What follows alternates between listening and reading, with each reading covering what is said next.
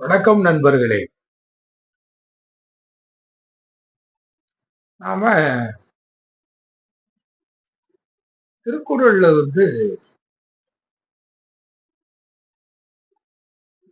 இப்போ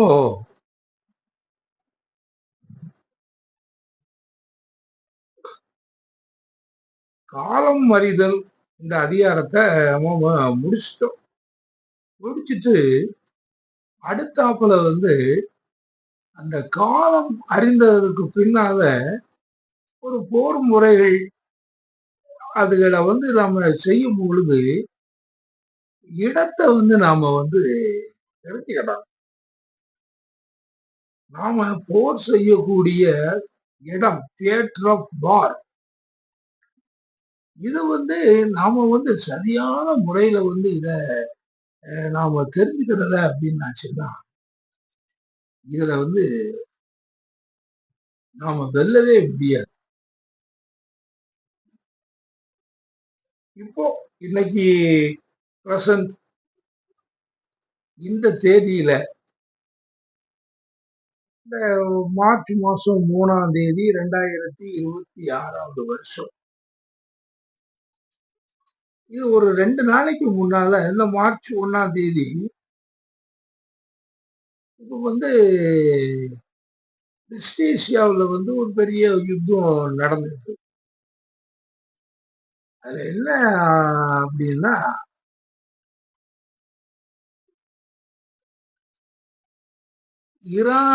ஈரானை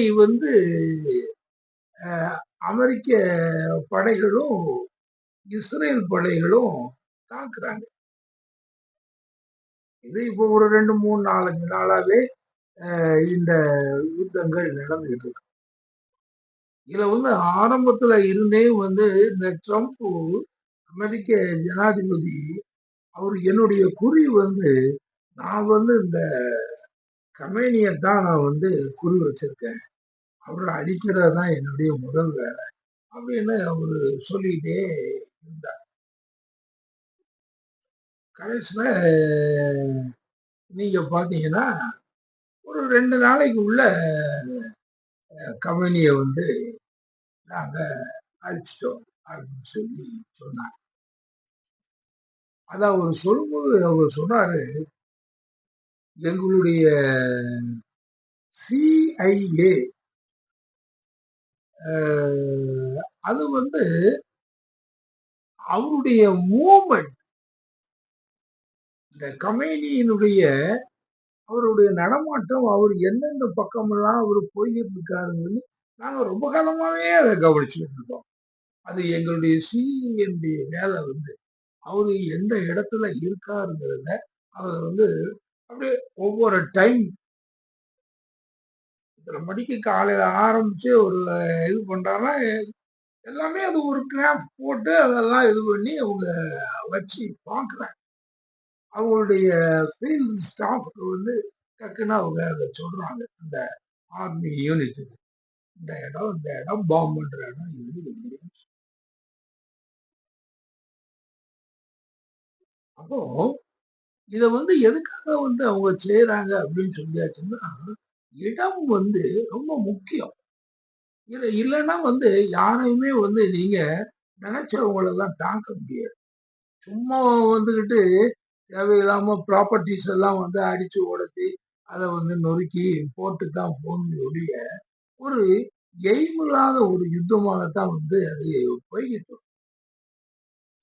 இப்போ நம்ம இஸ்ரேல் இந்த இந்த காசா பகுதிகள் அதுகள் அப்படின்னு சொல்லி எல்லா இடங்கள்லையும் எத்தனையோ மக்கள் லட்சக்கணக்கில் மக்களை கொன்று குவித்து அவலத்தி கட்டடங்கள் எல்லாம் உடைச்சி இப்படிப்பட்ட எய்ம்லெஸ் வார் நடந்துகிட்டு இருக்கும். ஆனா அமெரிக்கா ஒரு பெரிய வல்லரசு. அவங்க அதுல ஒரு ஒரு விளையாட்டாக எந்த ஒரு யுத்தத்திலையும் அவங்க தலையிட முடியுங்கிறதெல்லாம் அவங்க நினைச்சு பார்க்க முடியாது. அதுதான் வள்ளுவர் அவர் இந்த முதல் குரல்ல இந்த தலைப்பு வந்து இந்த அதிகாரத்தினுடைய தலைப்பு வந்து இடன் அறிதல். காலத்தை வந்து பார்த்து அதை செய்யணும். அந்த காலம் அறிதல் அப்படிங்கிற அந்த தலைப்புல நாம எவ்வளவு விஷயங்கள் வந்து எவ்வளவோ விஷயங்கள் வந்து அதுல வந்து அந்த போர் நுட்பங்கள், அந்த போர் முறைகளை பற்றி எல்லாம் வள்ளுவர் அதுல வந்து சொல்லியிருந்தார். காலம் அறிதல். அதே மாதிரி இந்த இடம் அறிதல்ல அவரு சொல்றார். இடம் அறிதல் அப்படிங்கிற அந்த தலைப்புல முதல் குறள்ல என்ன சொல்றார்?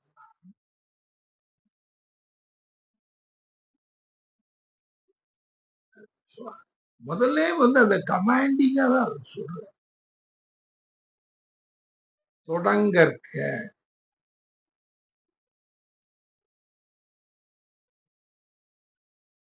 எவ்வினையும். அடுத்தால வந்துட்டு எள்ளற்க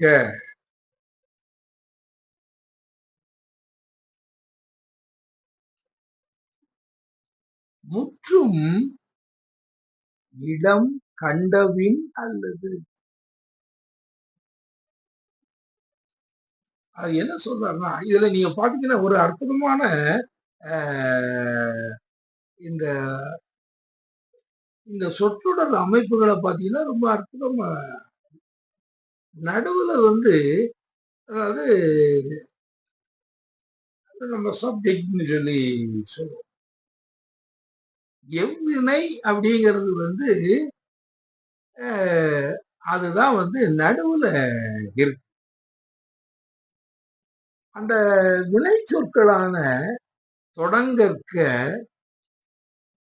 எள்ளற்க, இதுகள்லாம் வந்து வினைச்சொல்.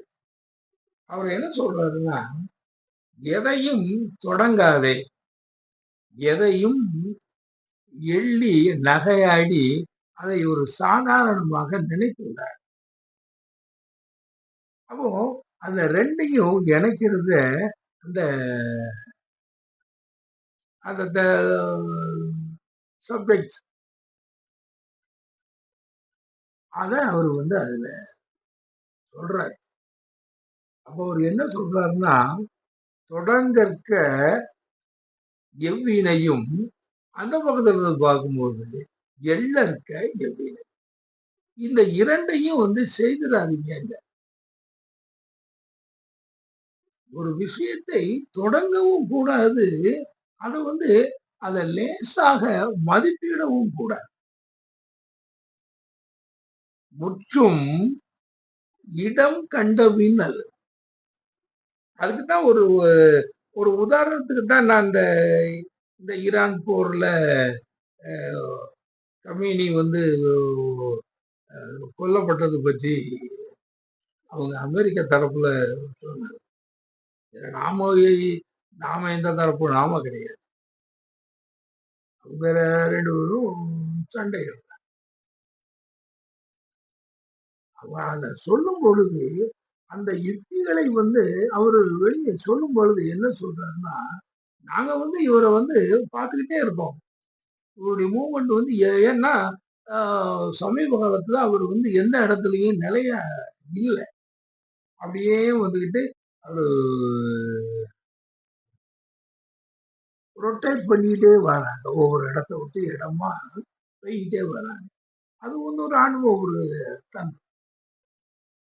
அவங்களும் அதை செய்யணும். ஏன்னா அதனுடைய எதிரியினுடைய பார்வையில வந்து நம்மளை ஃபிக்ஸ் பண்ணி அவங்க அடிச்சுக்குவாங்கிறதுக்காக அவங்களுமே வந்துகிட்டு ஒரு இடத்துல வந்து அவங்க இவங்களும் அந்த இடத்த எந்த இடத்துல இருக்காங்க இல்லைங்கிறது இல்லை, பார்த்துக்கிட்டே இருக்க முழுமையா இடத்த வந்து அப்படியே பார்த்துக்கிட்டே ரவுண்ட் த கிளாக் வந்து அவங்க வந்து அப்படியே சுத்தி பார்ப்பாங்க. அவர் அப்படி சொல்லும்போது ட்ரம்ப் அதை சொல்லும் பொழுது, நாங்கள் அந்த சிஐஏ மூலமா முழுவதுமாக அவருடைய நடமாட்டத்தை நாங்கள் கவனித்து வந்தோம். அந்த நடமாட்டத்தை நாங்கள் கவனித்து வந்ததனால்தான் அவர் இன்ன இடத்துலதான் இருக்காருன்னு சொல்லி கடைசியா அவரை நாங்க அவருடைய இடத்தை தெரிந்து அந்த இடத்துல நாங்க அடிச்சோம். அவரு அதுல இவரு அதான் சொல்றாரு. வள்ளுவரும் இன்னைக்கு நடக்கிற அந்த போர் தந்திரத்தை பத்தி அன்னைக்கே வள்ளுவர் சொல்றாரு. இது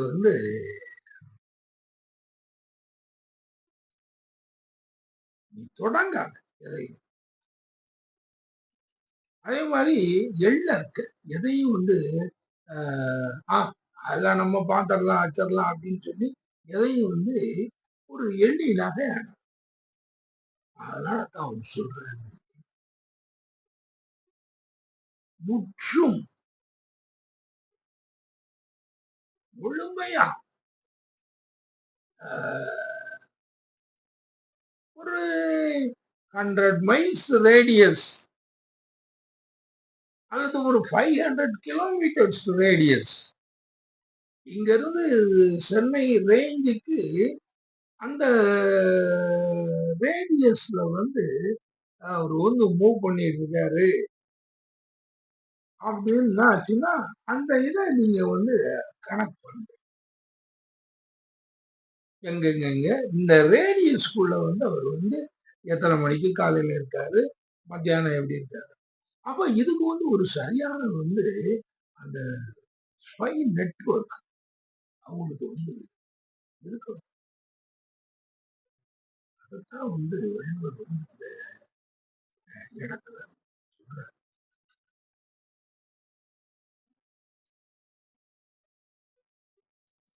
அதுல நீ அந்த சும்மா தொடங்கிற எல்லாத்தையும் நீ முற்றும் இடம் கண்டவின் அல்ல. அப்படியே நீ எல்லாத்தையும் பார்த்து கரெக்டா இந்த இடத்துலதான் இருக்காருங்கிறத, இந்த இடத்துலதான் நம்முடைய எதிரி இருக்கான். அதே மாதிரி இங்க நம்ம தமிழ்நாட்டிலேயே அந்த இதுகள் மன்னர்கள் காலத்துல அவங்க இந்த இடத்துலதான் இருக்கான் அப்படிங்கிறது தெரியறதுதான் ஒரு பெரிய விஷயம். சதாம் ஹுசைனை அந்த அவரை அங்கேயும் இப்படித்தான் இந்த ஈராக்ல அமெரிக்காக்காரங்களுக்கு இதே வேலை. எல்லாமே ஒவ்வொருத்தர் கூடயும் நல்லவையே கூட இருந்து அவங்கள அவ்வளவையும் அடிக்கிறது தான். ஈராக்கு கூட அந்த சதாம் ஹுசைனோட நல்லா இன்னும் கடைசியில அவரை அழிக்கணும்னு சொல்லி அவரு எப்படிப்பட்ட இடத்துல போய் பதுங்கி இருந்தாரு. இந்த பதுங்கிருந்த இடத்துக்கு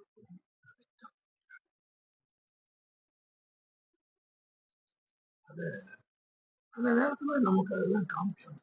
ஒரு ஒரு பெரிய மேன்ஹோல், அது மேன்ஹோல் மாதிரி ஒரு சின்ன ஒரு குழிதான். அது உள்ளுக்குள்ள அதுல ஒரு இடம் அமைச்சு அதுல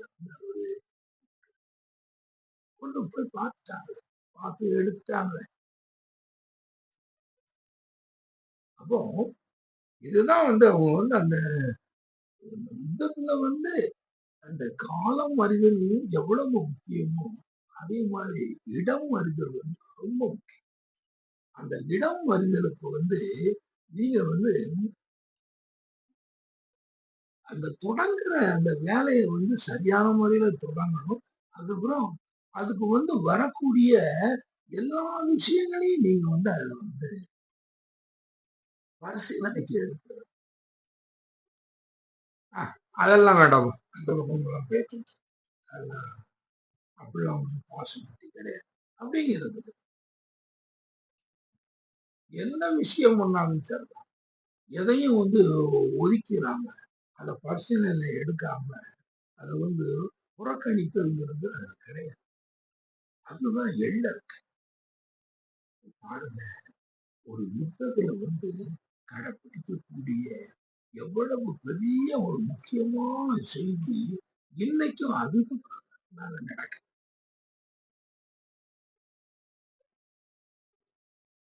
அதை பார்க்கும் பொழுது அந்த நேரத்திலேயே பெரிய வார் நூல்களையும் இதைத்தான் கற்றுக் கொடுங்க. நீங்க வார் செய்யும் பொழுதுதான் அது உங்களுக்கு ஒரு பெரிய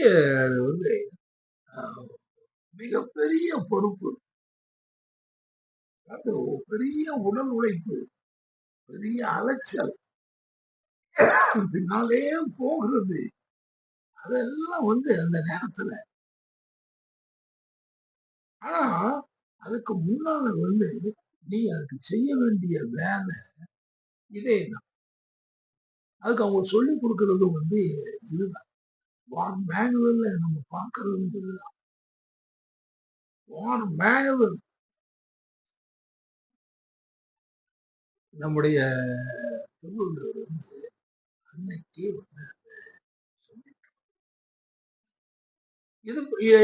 இதுக்கு அச்சு பெறலாமல் எல்லா இடத்திலையும் யுத்தங்கள் இப்பதான் நடக்கும். அதுதான் சொல்ற.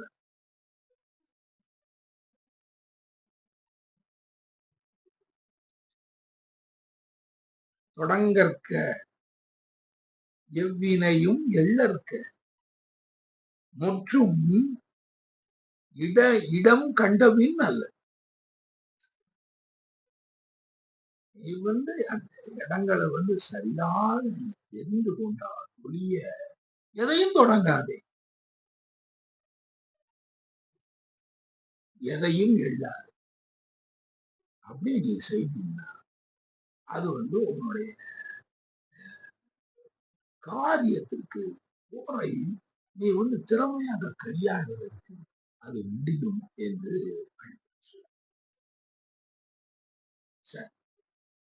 அடுத்த குரல் அதே இதுல இப்ப நம்ம 1வது குரல் தான் பார்த்திருக்கோம். இதுல பார்க்கக்கூடிய ஆச்சரியங்கள் எல்லாமே ஆச்சரியம் தான். எல்லாமே வள்ளுவர் எல்லாமே ஆச்சரியம். இவ்வளவு சிறிய ஒரு நூல்ல இவ்வளவு விஷயம். எப்படிப்பட்ட ஒரு பெரிய தமிழ் சமுதாயம், எப்படிப்பட்ட ஒரு அந்த தமிழ் சமுதாயத்துல வள்ளுவங்கிறவன் தோன்ற. அவன் இவ்வளவு செய்திகள் 1330 குரல்ல அவன் சொல்லாத விஷயங்கள் எல்லாமே ஆச்சரியம். நம்ம வாழ்க்கையில நம்ம வாழ்வதற்கு ஒவ்வொரு ஸ்டெப்லையும் வள்ளுவன் இருக்கான். வள்ளுவன் இருக்கிறான்.